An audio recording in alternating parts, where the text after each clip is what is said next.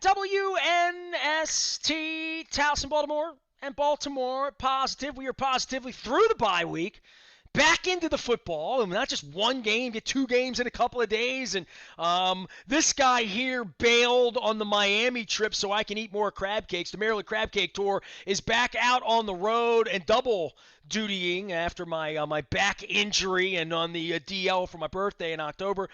You can check out the entire schedule here at WNST. Next week, we're Fadley's on Wednesday. Katie O'Malley is going to be joining us down there for a crab cake. And then on Friday, we move to Timonium, to the OTB and Nick's. And the end this week at Silver Spring Mining Company, as well as at Chop Tank down in Fells Point, with lots and lots of local guests. This guy's a local guest. He came to us from the West Coast at one point through the Baltimore Sun. I don't think he ever left. We have him on as frequently as we can. Author, writer, I bring him on all sorts of topics and things, but mostly the NFL here these days. We welcome in David Steele, the man, the myth, the legend, and you got your next book out. What are you doing, man? You're doing some stuff for The Undefeated, right? But I'd say sporting news, Baltimore Sun, West Coast, East Coast, but always insightful. You're as busy as ever, right? I am. I'd never slow down. I mean, and with what's going on everywhere in the sports world and elsewhere, as you've proven over and over and over again these last few years, you're never running out of topics. Believe that. Well, I moved a little away from sports during the plague when there was no sports, and I'm always on the business side of whether the baseball team's going to remain here and be here for the rest of my life or not. And in the aftermath of seeing an Atlanta World Series that I've told people, I was in the locker room in Atlanta that night, Ryan Klesko dumping champagne over my head. And I know you had that sports writer experience, probably the same dream that I had to be a part of that. What was your first Super Bowl? Not Super Bowl, because they don't do that there. Baseball, basketball. Did you get champagne soaked somewhere along the line and watch Freddie Patek cry when you were a kid and always want to be a part of that until you almost get hit in the eye, by somebody? Exactly. It's treacherous, right? You don't know how to prepare for it, and it's a great story. And I'm sure this is something you're totally familiar with. When I was covering the Knicks for Newsday back in the 90s during the Pat Riley days, they got to the series against the Rockets in the 94 finals, got to Houston with a position in position to clinch the championship in either game 6 or 7, and all the veterans, and I was a sort of a veteran. So saying that, the media at that time, there's a lot of Bergen Records and Newsdays and New York Times in New York, because I remember that. So it's a busy group, and then probably a lot of the anchors would fly in. Well, it wasn't the finals though, right? But the sports anchors were all there. Yeah, absolutely. Every Len Berman is there, like all of those guys. Right? The radio stations, FAN, everybody they were all traveling there because they were going to be there on the site, the first championship in 30 years and all that. Tell me, is Marv courtside? Is Marv with the legend? Marv's there with Clyde, right? Clyde, tell him something. Clyde was there. It was just all right, Steele, I got you going this morning. I'm telling you. I'm getting good stories out of you. So we're getting the A-team. Well, the great thing is that the veterans on the beat all said, don't wear anything nice to this game. Wear your sloppiest, dirtiest, stuff you don't care about, stuff you don't value, stuff that you can afford to get messed up. But this is 94. This is 1994. Okay. Because it's going to be messed up. If you're going to be if you're in that locker after that game. So you're at the summit. You're at the summit, exactly. Okay. That's a good call. Now, of course, the Knicks the Rockets end up winning the next two games, winning the championship. So, you're not, you're in the Knicks locker room, you're seeing everything, but you're still going to the opposing team locker room. And it is just champagne flying in every direction. And because everybody's got some. There are cases of it all over the place. Hakeem and Clyde were dousing you. Is that was true? The other Clyde Drexler, not the original right. Clyde too. Right. Yeah, that definitely got it. It was spraying everywhere. And so yes, you go home. You leave the arena that night. And of course, they're doing the same thing in the stands. The fans are still there. The families, the owners, the investors, the sponsors, they're all there. And so you leave the arena and go back to your hotel, and you are reeking of champagne and cigar smoke. All right, bro. So here's my story. To your stuff. I'm in Atlanta. It's 95. We have no Ravens yet, although Art signed the deal the morning after Game 5 in Cleveland. I woke up at the airport the same day, same tarmac. Art signed the deal. So this is literally the day after. Southwest Airlines, I had a relationship, early relationship with them when they were doing the $19 fares to Cleveland, right? So, but they Those are didn't the service days. Atlanta. They flew to Birmingham. So Yes. I'm with Kevin Eck, who you may or may not know. I'm Oh, with Kevin X. Kevin, and I hooked up some tickets for Kevin and like this, and Game Six, and he identified as a Braves fan at that time from TBS and the Georgia Championship Wrestling, as I'm sure you're familiar with, Gordon Soley. So we went together, but the catch was we had to fly into Birmingham and drive 130 miles. I'm in the locker room after the game, and by the way, there were a lot of like Baltimore connections. Denny Martinez, Eddie Murray played in those games, right? I mean, that was the Indian The side. Indians, Yeah, right. right? And Jim Poole, who was a co-host of mine and did radio with me in the early days, he was the guy who gave up the he was the losing pitcher of Game Six. So the Atlanta thing happens. Ryan Klesko, I said, "Can I drink some champagne? I've always wanted to do that." He gives me a swig. He says, "I do better than that, dude." Over my head, right? I drove to Birmingham smelling like a French Quarter sewer. I mean, so you know that sewer smell. Champagne tastes good, smells like like like a beer room at a frat house a month later, Yeah, right? Literally. yeah. It's like somebody puked on you after getting drunk. It Exactly. really does. Exactly. That's the It's stench, gross. and you cannot get rid of it. You take all your clothes, you throw them out in the hallway, you bag them up, you take them to the cleaners and Or say, you "Do drive they through want?" Talladega and you get out at the gas station to get fried chicken at 2 in the morning with Kevin Eck, and you're just lucky to get there. David Steele is here. I can go in a million directions with you, but I do want to say taste changing and where we are in the world. And look, dude, you got a little more silver than the last time I saw you. I haven't shaved, and I had my back all Yeah. shot up with needles a couple of weeks ago. So happy friggin' birthday to me. But I would say all these years later, the amazing part of my life that I can't even, I'm having a little trouble, a midlife crisis with, is the fact that I don't like baseball anymore. And that when I put it on, even when my back hurts, and I'm in bed in October, which is, a great month to be laying around and having a back ailment if you can watch TV. And I've said to Barry Manilow, I've been up, down, trying to get the feeling again. And I tried with baseball this month. The NFL still titillates me, right? Don't ask because it's filthy. We're about to talk about what scumbags these people are, and they are. And you cut your teeth in Oakland. You worked out there. You came to Baltimore. You know how the sausage is made. And we're going to talk about race and all of those blackballing Kaepernick because you and I have been talking about that from the beginning.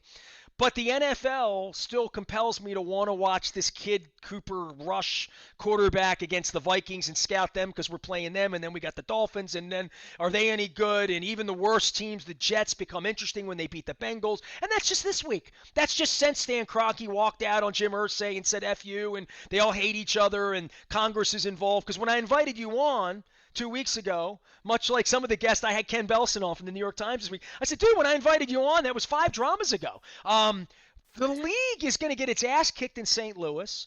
All of these things are happening. And my big picture, and I was going to give you this too because you brought the NBA in, and I don't watch the NBA either. I'm not proud of that, but when the kid saved my wife's life and you got me with the Warriors and all those teams back in 15 and 16. 16 was the year I took him all over when Trump got elected, we were at Steve Kerr's press conference the next day. So we were in LA and in Oakland during all of that. And I went to NBA games every night. I saw the Clippers at the Staples Center. I saw the Lakers. I saw the Knicks. I saw LeBron play in Washington. I saw a week of basketball. I was at the Madison Square Garden. I didn't watch. I'm not interested. I lost the NBA a long time ago. I try to figure out what I'm interested in. Hockey. I don't watch it, but I follow Barry Trotz. I even look to maybe go to Philadelphia later this month when he's in because of my friendship, because it's friendships at 53. I don't know why the NFL holds the way it does because I'm not a gambler. I'm not a wagerer. I love the Ravens. I love local. I don't get treated very well anymore by anybody. There is no treatment anymore other than stand over there. And that's why Ravens players aren't on. It's not that they're not welcome. But life has changed dramatically, and I think guys our age are going to look at the plague from a journalism and from the life and Biden and Trump and where we are. This has been a really defining part of our lives the last 2 years. And I know you try to chronicle these things at a bigger picture, but I just wanted to bring that through because I'm going through this change of season where Nasty Nestor's given way to trying to Oprahify Baltimore Positive and doing the crab cake tour and all that because I'm not interested in baseball anymore, and they'd almost have to pay me to come there and watch it at this point. It's really fascinating. You're not alone, and I think you probably recognize that. You get the feeling the same way I do, because I felt the same way in so many ways about this postseason. Last year was different, obviously, because of all the circumstances, and you had all sorts of feelings that were mixed up in the fact that they were even playing, and you have to sort of take yourself back to where you were, within the context of the pandemic, of the election, of games being I canceled, of told not my having a wife I don't really vaccine. remember Tom Brady winning a Super Bowl at home. Like I don't Yeah, remember the it game. I was. didn't go to the game. It was just something that happened on TV for a couple of hours. I'm not a Bucks fan. I'm not a Chiefs hater. I don't remember I Yeah. don't remember who made what pass. Like it's starting to pass me in that way, and I'm glad I accept that I'm not running around with a notebook dealing with these pricks for the most part and being Yeah. mistreated after being mistreated by Greg Bader 15 years ago before he thought he was something and they lost 107 games and nobody goes. So I think about dedicating my life. Dave, if I would have said to you, honest to God, like we like each other and we've traveled, but we've never traveled together, but I like you enough. And if I said to you, you know what, dude, Delta's hooked us up.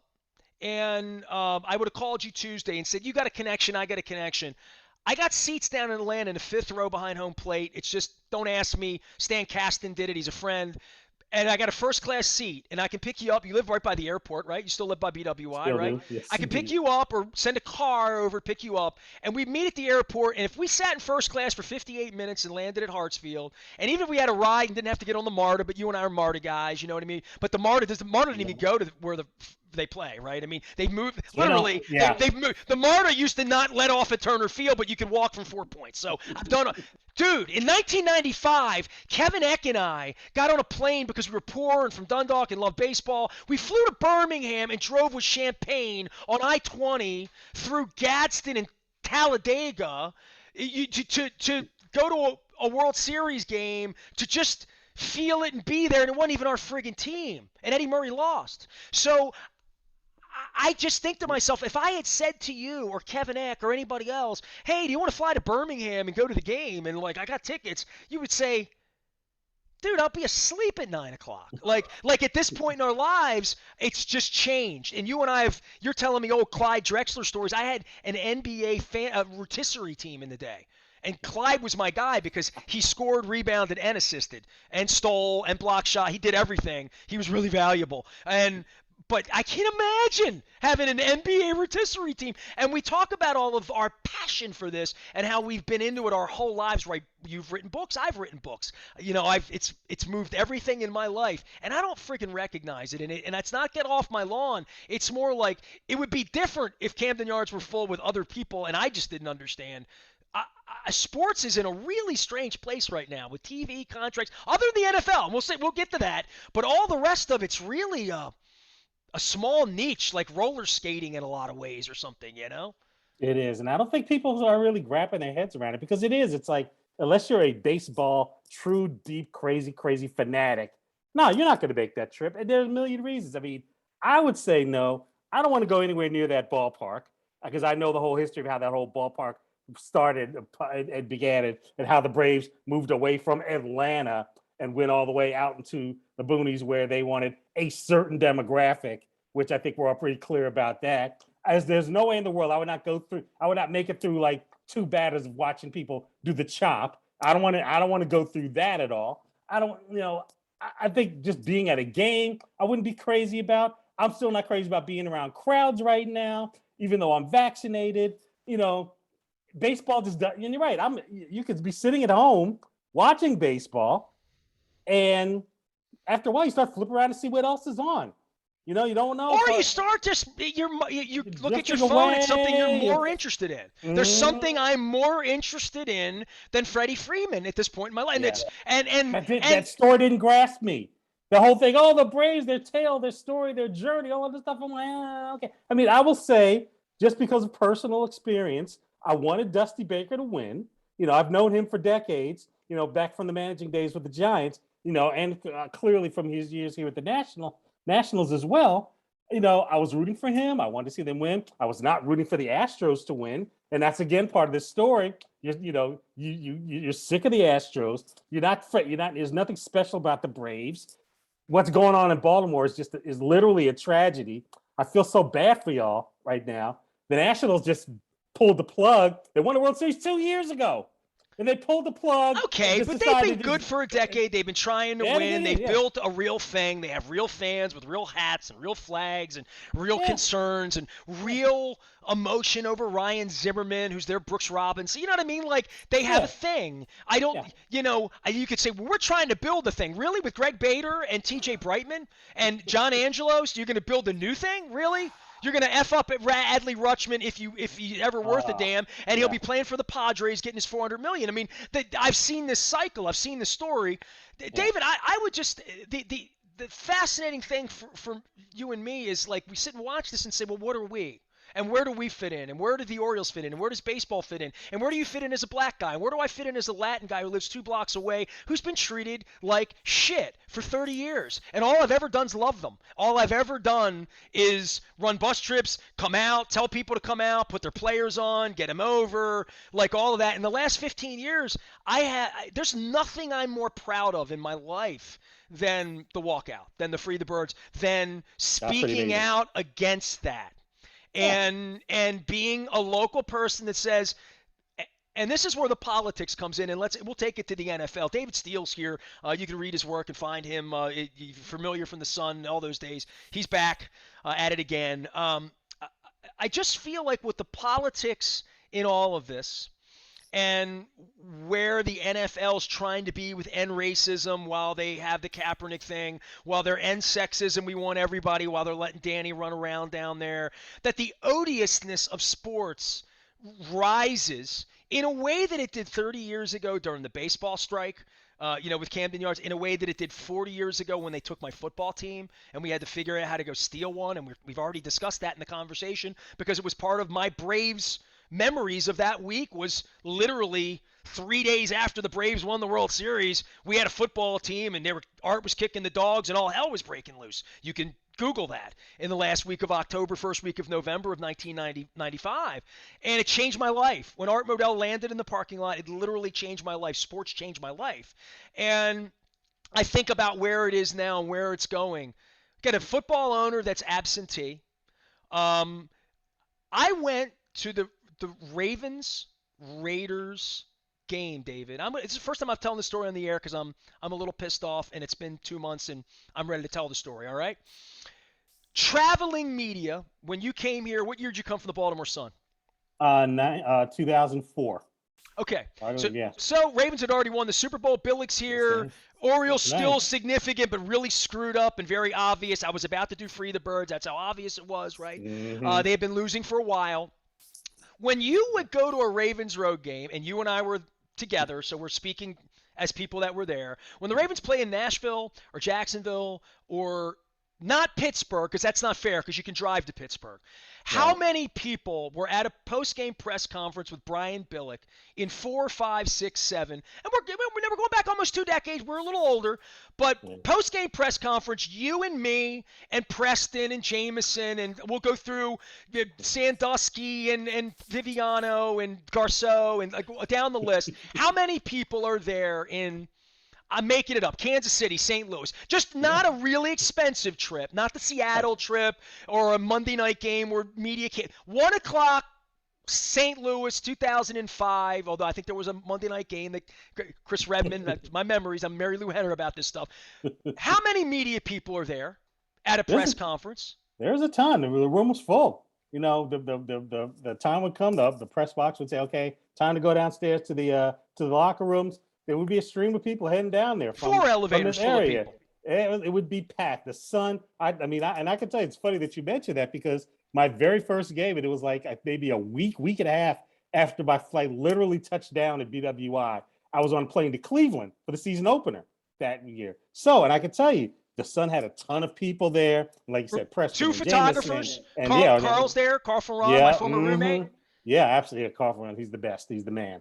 Dude, Ferran and I lived together on Kane Street in the 80s. Forget it. That's a story.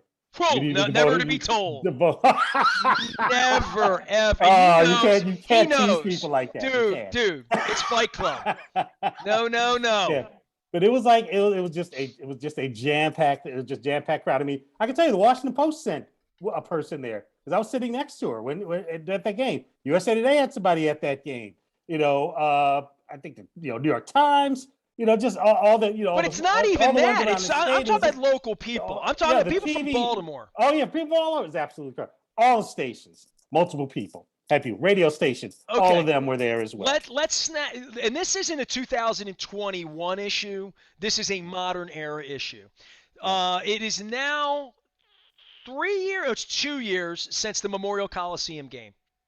Mm-hmm. You remember that game? Oh, we wore purple, 51, whatever the hell it was. Lamar left, Lamar right. Eric Weddle running backwards. Jalen Ramsey trying to fight with Marcus Peters after the game on the field. I've never been to the Coliseum. I had delicious Korean food that night. I went alone. I did my thing. I'm in the press box looking at the sunset above the LA. I mean, it felt magical to me. You know what I mean? Mm. Lamar's running around. I go down to the press conference after the game, and it's in a tent because the Coliseum's not built for this. Right. And I walk into the tent, and John Harbaugh's in there about to do his post-game press conference. I'm the only one from Baltimore in there. Sam Farmer's sitting there kind of waiting because the Rams lost by 50 points, and he was more interested in the Ravens. And then I looked, and there's Rebeck was talking to and Jameson were laughing with Weddle a little bit because he was coming out talking about things because he was a Ram at that point. That's it. I think Preston, there were 3 or 4 of us, and nobody was at the press conference for John. So that's before the plague. Now we have a plague. I go to Houston, where Jonas Schaefer and I are the only 2 people from Baltimore on the roof in Houston during a tropical storm where there's no one in the dome. There's 38 people in the whole stadium, and we're wearing masks, and John McClain's sitting 12 feet away from me, and we're trying to talk to each other. And so that's the plague. I go to Philly and Washington. It was terrible. There's nobody in the stadium. And I'm like, television, okay? After 30 years flying to Wembley, everywhere there's ever been, I decide to go to Vegas. My wife doesn't have a press credential anymore because there's no locker room sound. My wife used to do the podium and grab the sound, and I would go in the locker room. And that's why John would call her out and whatever. So it's now been allowed. My wife's not allowed to do that. And there's no locker room, so there's no reason, so that's fine. My wife pays $210 to sit in the worst seat on the roof in Vegas because that's the face value of the cheapest ticket for that game. It was $205. $212 with the juice. I'm in the press box. There's 3 of us. Me, Jameson, Jeff Zrebiec. We're the only ones. Sandusky is calling the game, and I think Femi was up there, but they're not in the press corps. We're at the little table in the $1 million facility and the Al Davis torch, which you have to comment on that, having covered the Raiders. The game ends. Zrebiec gets up, takes the elevator. Jameson and the game ends suddenly, right? I mean, it was a last-second ball goes over the head. There were 5 times that game ended. I had to pee. I wanted to change because it was 115 degrees outside. It was 58 degrees downstairs, 78 degrees. I wanted to put a long-sleeve shirt on. And Jameson and I wait for the elevator that never comes because the elevator's brand new in a new building and they didn't know that the media existed. So we get down to the bottom and sprint through the entire length of this new monolithic kind of crazy stadium. And we walk into the press conference as Harbaugh's ending his press conference in a room with 150 chairs, 3 people in them, an intern, a dude from Vegas in a suit, was a nice suit, and Zrebiec, and Harbaugh in a mask, pissed off and leaving. And I'm thinking, I flew through Albuquerque to get here. And I spent 3 nights in a hotel in Las Vegas to ask the coach a question. The locker room's closed. And it was at that moment, 2 months ago, with Jameson ashen because he flew the whole way and missed the whole thing too, that I realized there's going to come a point where it's Howard Beale and the lights are going to come on and there's not going to be anybody there to ask a question. It's just going to be a soliloquy. That's the post game is going to be the cliff notes and whatever the coach feels like telling you, and then they'll go back and sit on the couch for the lounge with their coworkers, and they'll present fake media. I don't even know what to say at this point because there's no replacing me. When I stop going on the plane now, it's two people, and the Baltimore Banner is going to come in or whatever that's going to be. But like they've really decided they don't want the media around, and there is no media, and they are the media, and that is not a revelation to me because it was predicted the minute NFL Network existed, but we're in a different time and place and world than anything. We started by talking about champagne and reporters and being there, and now there is no media anymore, and there's no champagne either. Yeah. And it's funny that you mentioned, so as the way it sort of comes full circle, now I wonder what the scene was like last night down there in Houston, where there's probably a pretty good chance that maybe a lot of the Atlanta writers and media probably did not make the trip, even though that's the biggest victory in that city in a quarter century. They may not have been there. Yeah, They who may was not have been covering there. it? You know, I how many wonder. people versus I really 1995? if Right. you were not paid, corporate sponsored, affiliated media, affiliated with the two teams, Major League Baseball, the Fox. networks. Yeah. If they were there, who was there actually covering it and covering the scene out there on the field during the celebration? And you sort of caught a glimpse of that last year as well, again, under the, pandemic circumstances. But as you hinted in, this is sort of where this all comes from. It's like, they found their reason and their excuse to cut us out of the big picture. We're not part of that anymore. And that was their reason. And if you remember, and I try to point this out as often as possible. Well, when you can cover up sexual harassment over 2 decades by just saying we're not going to release the emails, you can sort of do anything you want. I mean, it's sort of in the world of Trumpism when you can call them son of a bitches and get away with it and damage the league and have Colin Kaepernick blackball. When you can get away with that and come back and say end racism while you're making $64 million a year, you really do feel like there is no jail, there are no courts, there are no laws. There's just whatever I feel like I can afford. Yeah, it's a consequence-free existence, and this was probably a dream of theirs decades ago. And I don't think they ever really thought that it would ever come into existence, although they tried over and over and over and over and over again. And now it's almost as like COVID gave them the opportunity and they just jumped right all over it. But it was headed there in that direction anyway, because that's just the way they were just they just knew they were living in a consequence-free world, and there was fewer and fewer people out there to hold them accountable for any of it. Well, I And wonder on that's the where NFL side, the accountability always does come. I mean, the reason Kathy Pugh's not the mayor here is because, like, reporters went and did their work. And you know that as a reporter, and I know that growing up through this. Yeah, and it's funny. You think about where the sun is when I was there, and compare to where it was, way back at the beginning when you first got there, and then compared to what it is now, it's like a tiny fraction of what it is, and yet it still has the power and the influence and the drive and the motivation to hold people's feet to the fire and put an end to the things that need to be putting an end to like things like Catherine Pugh's corruption, the gun task force thing, just all the redlining that's been going on here for 100 years, and various things of that nature, police brutality. I mean, all of these issues that bubbled over in West Baltimore, but never really even got into the sun unless someone had the courage to report it, tell it, be the source, and say this is wrong. Literally, the whistleblower, or as we call them at Colgate Elementary, the safety patrol. Exactly. Somebody has to be that. But if these entities do everything they can, and it's harder to do in a city and a government, even though they're trying really hard as well, and so many things continue to fall through the crack. And I think the results of what we saw last night of the elections kind of proved that again.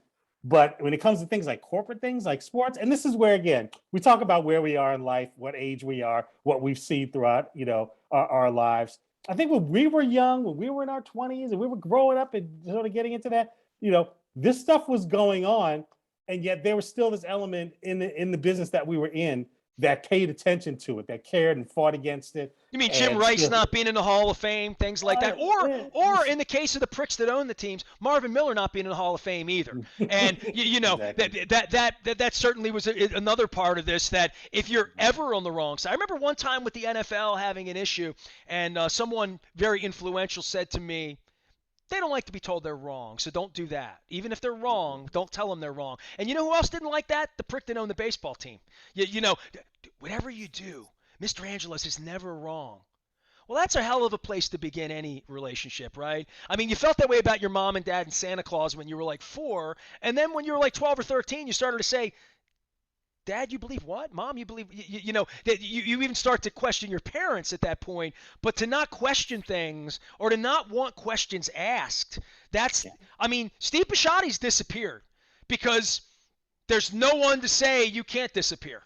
And there's no one to say, hey, dude, it's nice that you had the video last year and you gave some money to the cause. Why don't we sit down and really talk about how you feel?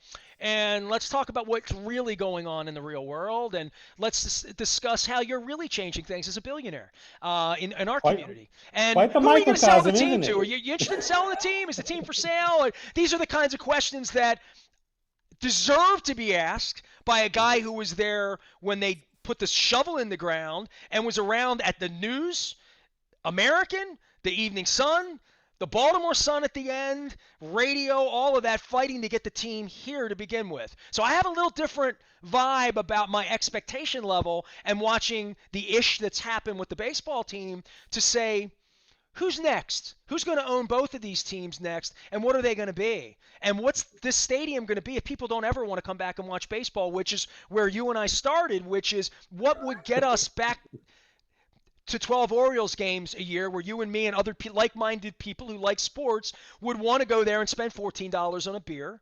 In the new world, into 2028, when they're good and we feel good and Cal Ripken owns the team and Under Armour comes out of the fog and whatever that mystery is, what is going to make this vibrant again? And that's the question I ask as a Baltimore positive person to say the vibrancy of sports in that way. I've seen it blossom. It brought you here. Sports is as significant as how you got recruited here, Dave. No, absolutely. And it's so funny that you mentioned Rashadi. And it's the sort of thing that sort of popped into my head really recently, just randomly out of nowhere without any real prompting. I'm just like, man, that dude is just really what up? Because I mean, we remember not that long ago that he would have the end of the year thing every year where we would ask him questions and he would sometimes answer them, sometimes not. He was obviously had his face and his head and this whole thing in the spotlight during all the stuff going on with Ray Rice and everything like that. But you would see him at the stadium, you would see him occasionally up in Owings Mills. You could talk, you could banter, you could, but yeah, he's become invisible, and it's really kind of a microcosm of what the NFL is. If you're the And what columnist all of the the Sun, major are you not sports are. asking where the hell the owner is? I mean, seriously. I mean, And that's and rule my one. yeah, Rule one is be yeah, accountable, be present, and be yeah, accountable, or find a new owner. And if Steve's looking for a new owner, that's cool too. But that's also news. And uh-huh. what is the future? Are we going to get another prick like Dan Snyder? I mean, imagine, Dave. Tell everybody where you live. You live Howard County, like And Columbia yeah, area. I live in Anne Dude, Arundel, you and are in the fertile soil of getting the Washington Post and the Baltimore Sun. And if you were a kid like me at that era and grew up there, like Ed Frankovic, you would have been Redskins and Orioles, right? Like, can you imagine a fate of adulthood to be 50 years old right now and be Orioles and Redskins and having witnessed in that? Get the Caps and the Wizards and the Terps or whatever you're into, but if just those two stories alone, the Washington Post's coverage of everything that's happened since Jack Kent Cook and Joe Gibbs and Joe Theismann and even take it Rippin, go even further, Aaron oh yeah, Spiner, to 30 years, the last 30 years. My father died in the summer of 92. My father came back and said, what happened to the Redskins? Who bought the Orioles? What? What Nationals? What are they? yeah, Ravens? So things change, but they change because of ownership and strategy and people. They change because of decisions and because of the character of the people involved. it's exactly what it was. And it just everything you've ever been told about it going straight from the top.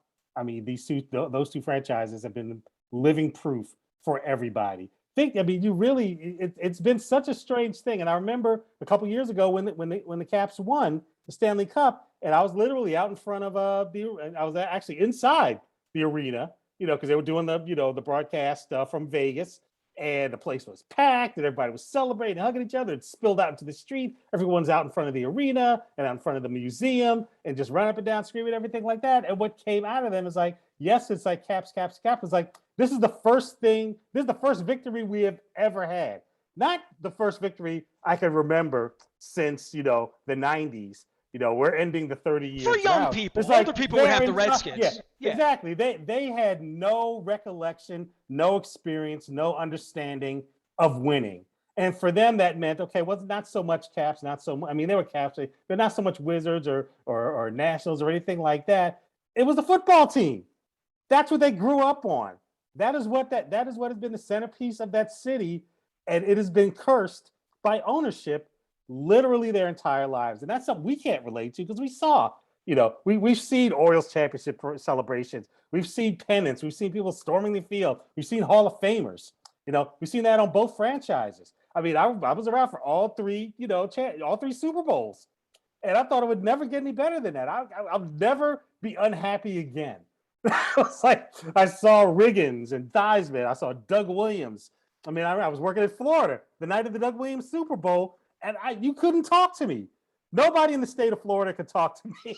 I was prancing around, yelling, screaming. Where are you on the name change? I mean, you're Oh yeah, we just watched the team do the tomahawk chop. We just watched that team. And Dave, I vividly remember being out in front of Atlanta Fulton County Stadium on the night we're talking about with Kevin Eck, where there were press conferences being held by tribes because the Indians were playing the Braves, right? Yeah, now here we are a half a lifetime later, and literally on the same day, I guess it is sort of poignant, very poignant. The same day they were taking the word Indians, the red lights, off of Progressive Field in Cleveland. The Guardians were pulling down the Indian lights and turning them off on the same day that in Atlanta they have Travis Tritt out in the suburbs and they have their dream stadium and they have a parade that will go nowhere near Peachtree Street, probably won't go south of Buckhead, right? It will not, absolutely.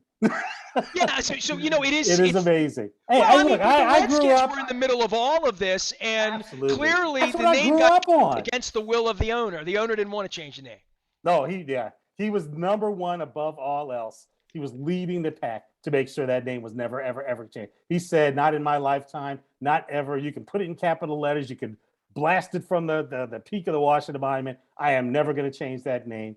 And again, it's the sort of thing that as a fan, it just sucks the life right out. I mean, and again, that's the name I grew up on. You finally come to a realization when you learn enough and see enough and talk to people that's like, you cannot have that name.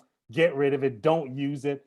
Years ago, I got rid of everything with that logo on it, everything with that name on it. I don't have anything like that in there in my house anymore. And it's been decades since I've had that. And the idea that they finally got rid of it, I mean, there was literally nothing else positive to even say about that franchise since that man took over, except for that. Even within that, what the circumstances were with him doing that. He was forced to do it by sponsors. There was the lawsuit is tangled up in it, and it's like, life goes on. They're still playing. They still have uniforms. They still have fans. They're still a terrible franchise. They're just a terrible franchise without an insulting nickname on it. Well, it's not even fun for anybody, right? And that's the Orioles for me. Like, people that are in this, David Steele is here, author, writer. You can find his work at The Undefeated, but he's still living here in the community from his time with the Baltimore Sun. We get together and, we do celebrate. Come have a crab cake one day, and we'll just talk about good things, fun things, and progress the world is making, because there is some progress to be made.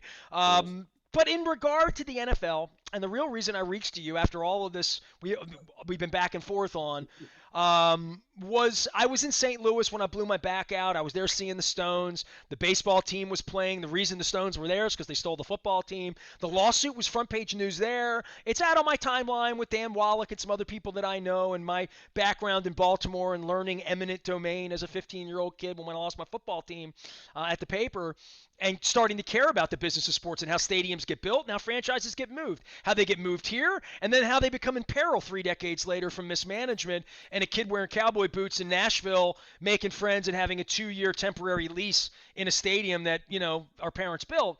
I see how quickly all this happens, but then I see Sterling get thrown out of the NBA by forward thinkers. I see Jerry Richardson just say, I don't want the truth out, therefore I'm just going to step aside and the truth will never come out because I'm afraid of the truth.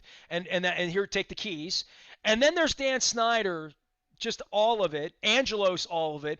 And you're a great guy for me to bring this into because in '04, you came before the Nationals existed. I've done the Peter Principles. I wrote an online book that is just my life's work in regard to seeing and witnessing all of the reporting of Tom Boswell and Tom Verducci and Ken Rosenthal. Just you, I think you were quoted. Anybody that wrote anything around the Orioles, certainly Schmuck, all those people, Kabako when he was still like a real reporter, all of that. And '04, '05, '06, at that time, Peters, girth and size and stature and the fact that he sues everybody and the bullying, all that pre-Trumpism of the Democratic side, beat up Major League Baseball about rights that were very, very dubious. There was no clear cut what Washington was when the Senators left. It was sort of squatted upon land to some degree. It could have been, and Joe Foss told me this in the aftermath, they thought Peter was going to be reasonable.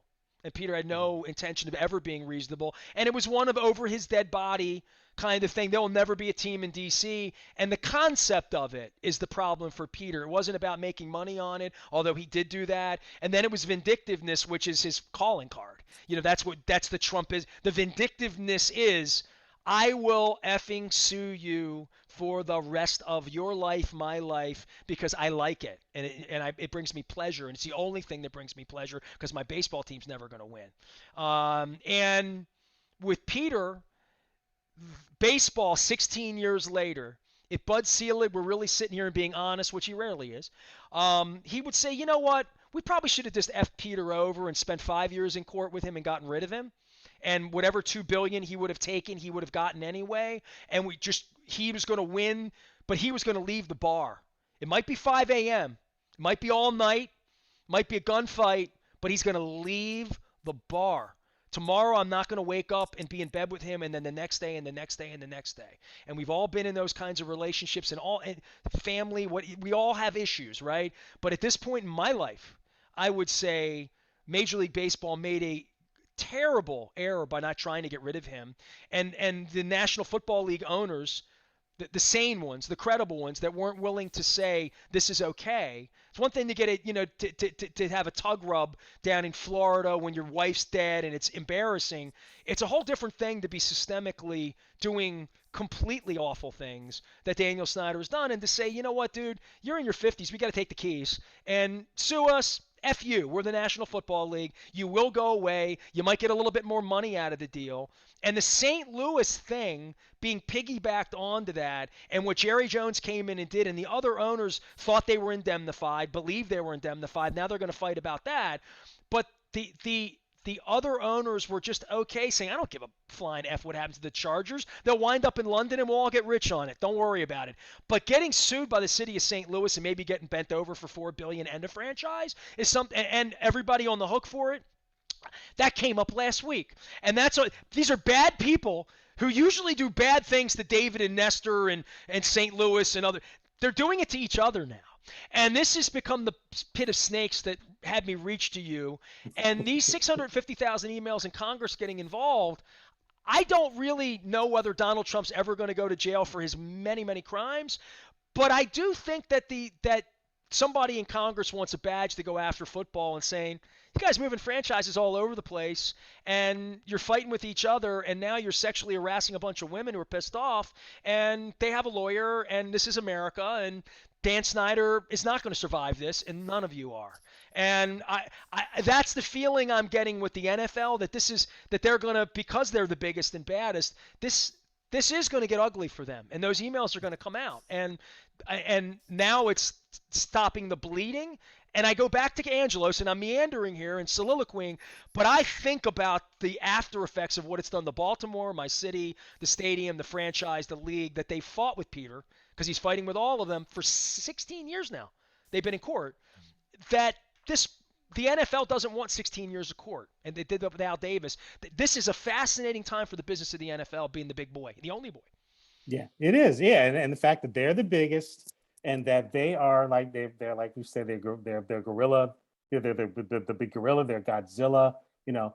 And we've said it many times. They get away with everything, and I was doing that during my days with the Sun, talking about how they're Teflon, how they're nonstick, how they will never ever anything will ever stick to them enough Brain that they'll damage ever hasn't stuck to really them, pay a price. It right? hasn't. Right. Exactly. And that's why you wonder, okay, what's going to be the tipping point? What's going to be the last straw? Because there've been so many. I mean, it feels like this might be the last straw. Everything's sort of happening simultaneously. But these are all things that we've been talking about this for decades. You know, the concussion stuff, the brain damage, the treatment of the players, you know, and it's come up in African so many American different coaches. forms. Black, yes, I mean decades of that. I think, if I'm not mistaken, next year will be the 20th anniversary of the original Johnny Cochran report that launched the Rooney Rule.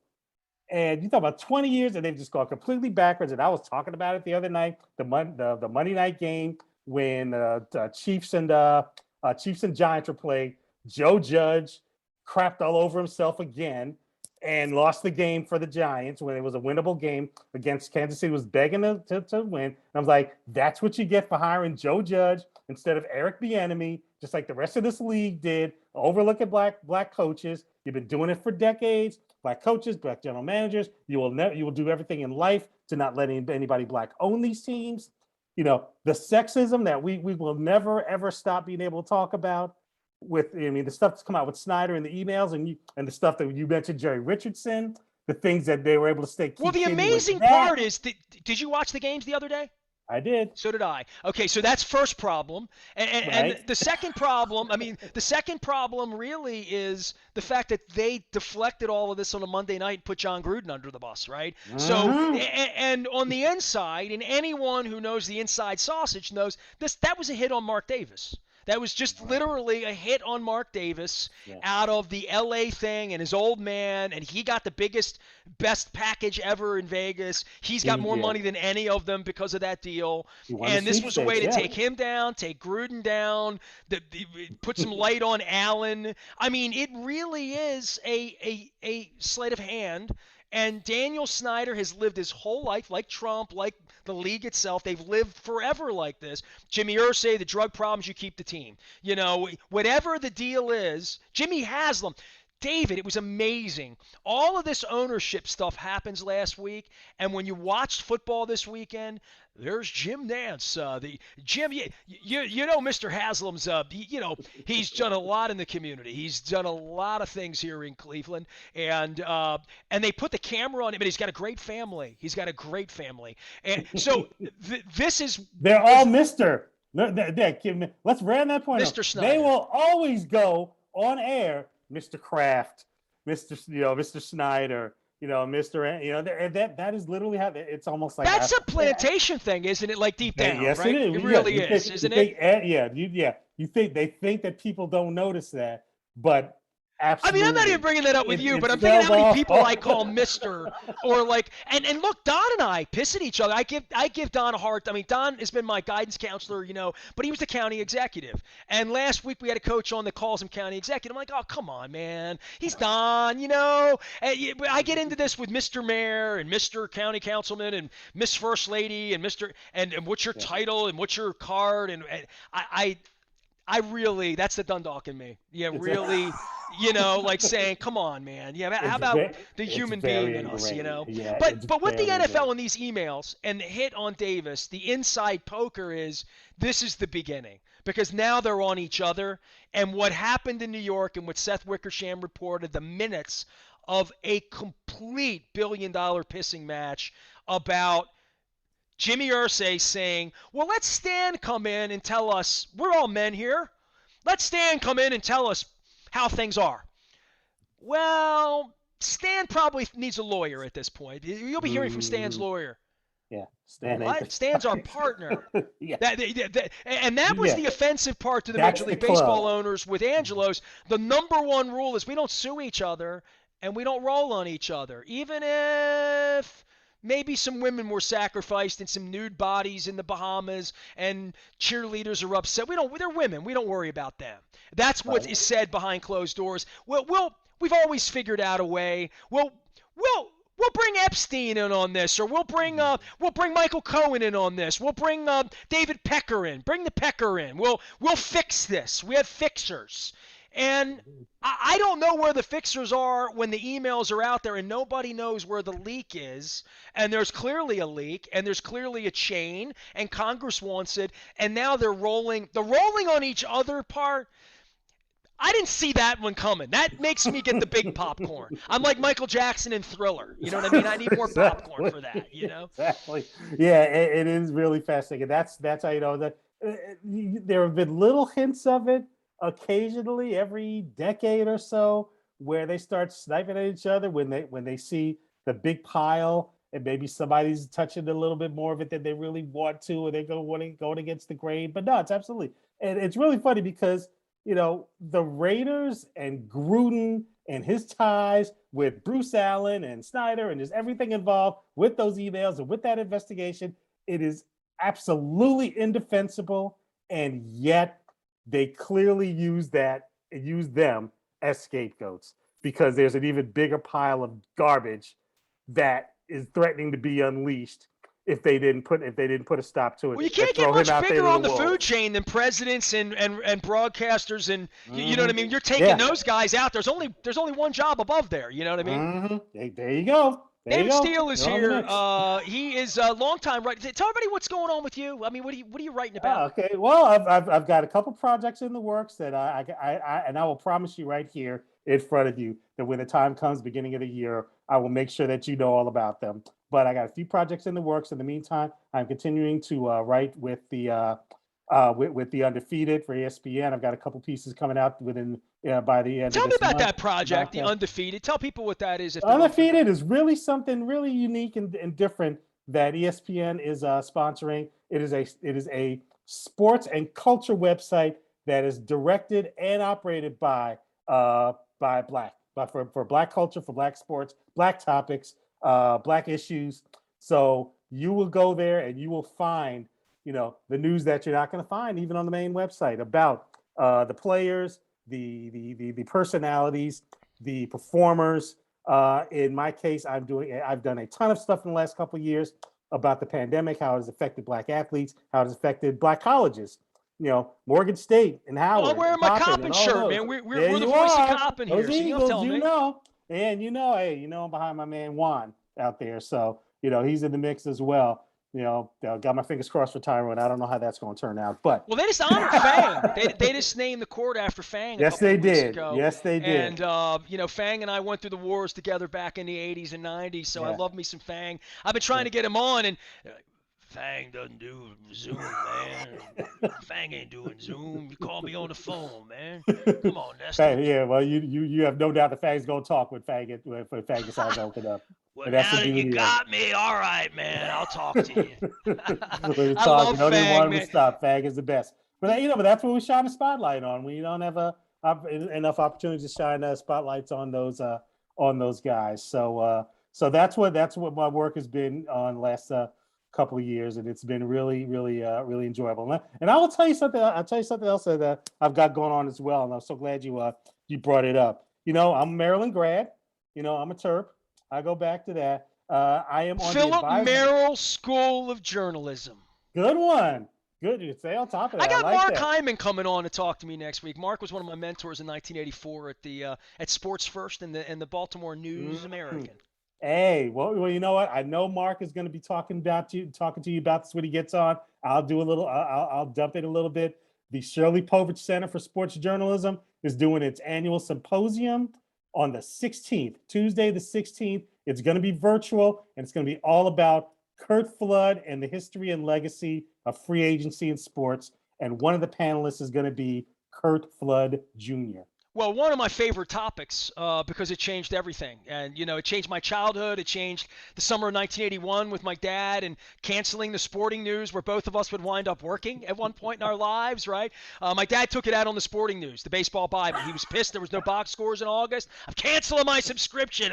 Sons of bitches.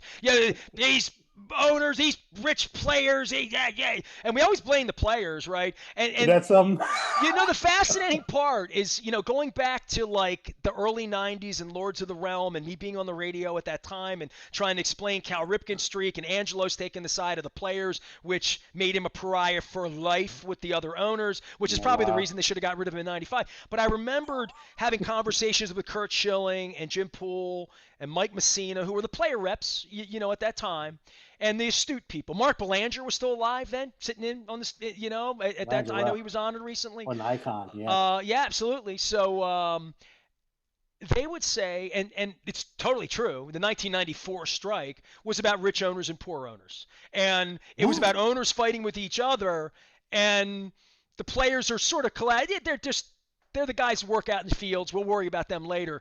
The fighting in the NBA was hawks and doves, right? I mean, all of the fights, NHL, when they went out for a year, didn't play, it was about how do I get my team in, Peoria to be as good as the Detroit Red Wings or the original six or the Canadian teams and Canadian money on the dollar and all, like television revenue. The fights in sports, while they are made up in a $14 beer, when you get to the game and Yes. whatever your ticket Always. prices are, all that. The real fights are the owners, but when they're really fighting in the NFL, it's a different kind of fight when it's personal amongst billionaires, I think. Oh, without a doubt. Yeah. And that's where it's funny because, hey, 2011, the NFL lockout then had nothing to do with the players. They were just going to take their bite out of the players no matter what it took. The big fight, the big thing that dragged everything out and threatened to cancel the season was how they were going to divide it all up. That's what it all came down to. And who was going to be on whose side and who was going to be cashed in on it and what they were going to put in place when they put a team in Vegas and when they put a team in LA. All those things, they were just laying the groundwork then for the cash grab that was in the future from then. And it's hard to believe that was 10 years ago. And look what happened. They've got the stadium in LA just like they want. They've got that cash cow in Las Vegas. Oakland they probably have the UK government and the German government ready to move them in. I've been to Frankfurt. I've been to London. I've been to Twickenham. They're ready to move teams in there. Oh, that's the thing. I mean, they deem that Oakland is not deserving, so Oakland is out after all those decades of history that happened in Oakland. Jacksonville is going to be expendable. They don't need Jacksonville as an NFL market. It's going to be gone. It's going to be in Frankfurt or London or wherever. Or they're going to have an extra team in New York or whatever. They'll move them to LA. Have 3 teams out there. Doesn't matter. They'll do that. But yeah, do they get dollar rent? Spoils? And are they indemnified? Most importantly. There you go. Exactly. I could be an NFL lawyer after all this, Dave. You think I don't care about Kurt Flood? David Steele is here. Great plug on the Merrill thing. I appreciate that. You did not make the Sun reunion in News America. You weren't there that day? I was not there that day. No, I had a chance. They reached out to me. I had another commitment that day. Well, I saw Hyman that day, and Mark. Oh, is that right? Okay. Dude, it was just such a great day, and I wish I could have stayed longer. The weather was a little warm, but it was just. I mean, that was a special day in my life. I mean, being a 15-year-old kid. Great people at the Sun. I ain't gonna lie. The people I worked with at the Sun, despite how everything ended, I will have those friendships and those professional relationships are going to mean everything to me forever. Really Jack Gibbons is the reason you and I are here right now, period. Jack Gibbons believed in this punk from Dundalk, and when I was 17 years old, got my parents to sign the permission slip so I could join the Baltimore Washington Newspaper Guild and walk the picket line with Mike Litwin. So yeah, man, I'm going back, bro. I'm old school. Hey, man, it's always great to see you. I hope next time I see you, there's a beer, crab cake, a good game on. Something we can sink our teeth into. Good luck with your book, and we'll stay in touch. All right. Absolutely, we will. And thanks again for having me on. See, when you come on once a year, we do this for an hour. It's just crazy. David Steele. Time flies when you're having get off my lawn, is where the Latin guy and the black guy getting together to bitch about everything. That's Dave's here, Nestor's here. You can find me. Hey, we're doing the Maryland Crab Cake Tour. And Dave, you are invited. I'll get down to Howard County, even though Calvin Ball does not eat crab. He's shellfish intolerant. I said, dude, you can have a burger or chicken. So you can go vegan if you want. I'll bring you one of those zucchini mini crab cakes they're doing. Maryland Lottery, Let Yourself Play, is sponsoring this thing. I'm doing it at all sorts of places. You'll be hearing it on the radio. But for next week, anyway, we're at Faithley's on Wednesday with Katie O'Malley. Word is she's going to run for Attorney General. Brian Frost is going to join us soon as well. Friday next week, we are at Nick's Grandstand Grill. That's on the 12th in Timonium. We'll be talking about OTBs and betting and casinos and all of that kind of stuff as well in Timonium. And then Mayor Brandon Scott joins us for the Coco's Crab Cake, long awaited, twice postponed. And we'll do it out on friggin' Harford Road if we have to without masks. But Brandon Scott's going to be there. It's all brought to you by the Maryland Lottery. Let yourself play. And I haven't had a crab cake in a month, and I'm about to break that streak at Silver Spring Mining in the Chop Tank this weekend. So some crab will be happening. I am Nestor. Appreciation to David Steele for joining us. Find him out at the Undefeated as well as out on the Twitter thing. And you can find Luke in Owings Mills for all things Ravens as we get ready. Dolphins on a quick, short turnaround. So it's going to be a crazy week next week as well. All brought to you by Royal Farms. Real fresh, real fast. Wise Conversations up at Baltimore Positive. We are WNST. We never stop talking. Baltimore Positive.